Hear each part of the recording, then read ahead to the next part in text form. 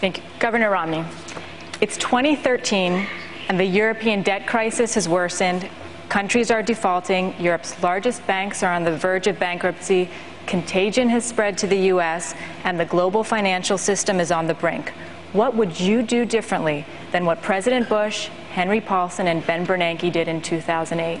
Well, you're talking about a scenario that's obviously very difficult to imagine, but it's not a hypothetical because more than half the I'm afraid it is a hypothetical. Governor, you want to explain why it's not a hypothetical? Yes. Okay. Because more than half the country believes that a financial meltdown is likely in the next several years, and the U.S. banks have at least $700 billion in exposure to Europe. So it's a very real threat, and voters want to know what you would do differently. It's still a hypothetical as to what's going to precisely happen in the future. I'm not very good at being on mission, but I can tell you this, that I'm not going to have to call up Timothy Geithner and say, how does the economy work? Because I spent my life in the economy. I spent my entire career working in the private sector, starting businesses, helping turn around businesses, sometimes successfully and sometimes not. And I know how to make tough decisions and to gather the input of people from around the country to help make the important decisions that have to be made. Clearly, if you think the entire financial system is going to collapse, you take action to keep that from happening. In the case of Europe right now, they're looking at what's happening with Greece. Are they going to default on their debt? Are they not? That's a decision which I would like to have input on if I were President of the United States and try and prevent the kind of contagion that would affect the U.S. banking system and put us at risk. But I can tell you this. I'm not interested in bailing out individual institutions that have wealthy people that want to make sure that their shares are worth something. I am interested in making sure that we preserve our financial system, our currency, the banks across the entire country, and I will always put the interest of the American people ahead of the interests of any institution. So would you or would you not be open to another Wall Street bailout? Well, no one likes the idea of a Wall Street bailout. I certainly don't.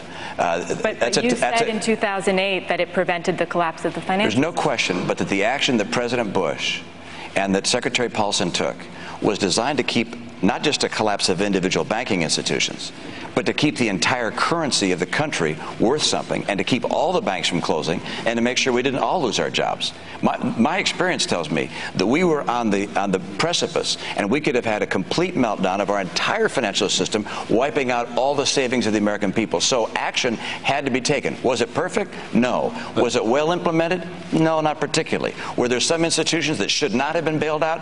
Absolutely. Should they have used the funds to bail out General Motors and Chrysler? No, that was the wrong source for that funding. But this approach of saying, look, we're going to have to preserve our currency and maintain America and our financial system is essential. So you agree with Speaker Gingrich about Ben Bernanke, the chairman of the Fed? I wouldn't keep Ben Bernanke in office. I'd choose someone of my own And who might interest. that be? Well, I haven't chosen that person. I haven't even chosen the vice president. I'm not sure I'm the nominee yet. Well, we'd like to have, nor is anyone else. Yeah, exactly. But we'd like to have an idea of the kind of people, that you would have confidence in playing this very important role, although Congressman Paul may differ about how important it is. Well, I wish we could find Milton Friedman again. Although what Milton said to us was, he said, if you took all the economists in America and you laid them end to end, it would be a good thing. And I have more respect for economists than that. The people who help guide my economic policy are Greg Mankiw at Harvard, and Glenn Hutchins at Columbia. They were both former chairs of the Council of Economic Advisors. I don't always agree with them. I also talk to a number of business leaders. I talk to people who are currently in the economy, in the financial sector, and in the manufacturing sector. And on the basis of these various viewpoints, I make my decisions. And I believe that drawing on the best minds in this country, including economists, is something that's essential to make sure that we preserve our financial system. Right now, America's in crisis. We don't need to think about a hypothetical of what happens if Europe explodes and pulls us under. Although, if that does happen, you want to have someone who's smart, who has experience, who knows how the financial services sector works, who knows how to protect American jobs, and I do.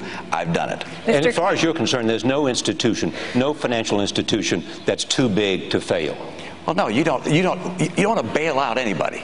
The idea of trying to bail out an institution to protect the shareholders or to protect certain interest group, that's a terrible idea. And that shouldn't happen. You do want to make sure that we don't lose the country, and we don't lose our financial system, and we don't lose American jobs, and that all the banks don't go under. So you have to take action very carefully to make sure that you preserve our currency and preserve our financial system. But bailouts of individual institutions, no one has interest in that, I don't think. Mr. Kaine, back in 2008, you wrote that the Wall Street bailout was a win-win for the taxpayer. You just heard Governor Romney. Do you agree? Conceptually, I made that statement based upon the concept, but I happen to agree with Governor Romney. The way it was administered is where it got off track. They were discretionary in which institutions they were going to save rather than apply it equitably, which is what most of us thought was going to be done. The implementation of it is where they got off track. I didn't agree with it. I don't think Governor Romney agreed with it. So did a lot of us. The implementation was at fault. Housing is considered one of the real problems in terms of our economy and getting housing starts up. Can I say one thing before we go to housing? Yes. Because I think this is really important.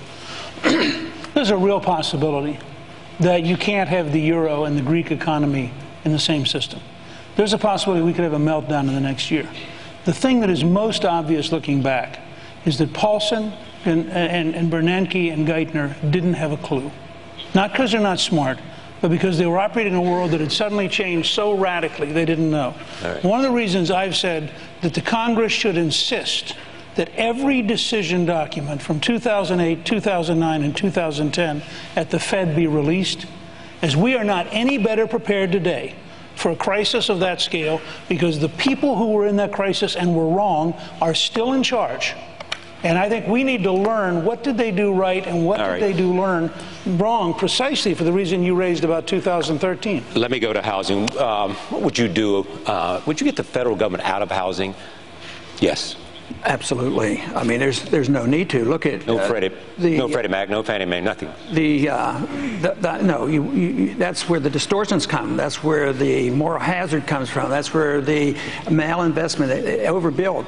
It was predictable. You talked about what economists we should look to, and unfortunately, we've been living with Keynesian economics for many, many decades. And everybody who was right about predicting the bubbles were Austrian economists. They said they were coming. And yet they're also saying, and I agree with them, that everything that we're doing right now is wrong. So what we did with the housing bubble, yes, we had too many houses. It was glaring in our face. The bubble was doomed to burst, and it came because of Fannie Mae, Freddie Mac, easy credit, and also Community Reinvestment Act. So who got into trouble? The people who did the speculating, the Wall Street, the derivatives market. They got the bailout. They got privileges. So what happened to the middle class? They lost their jobs. They lost their houses.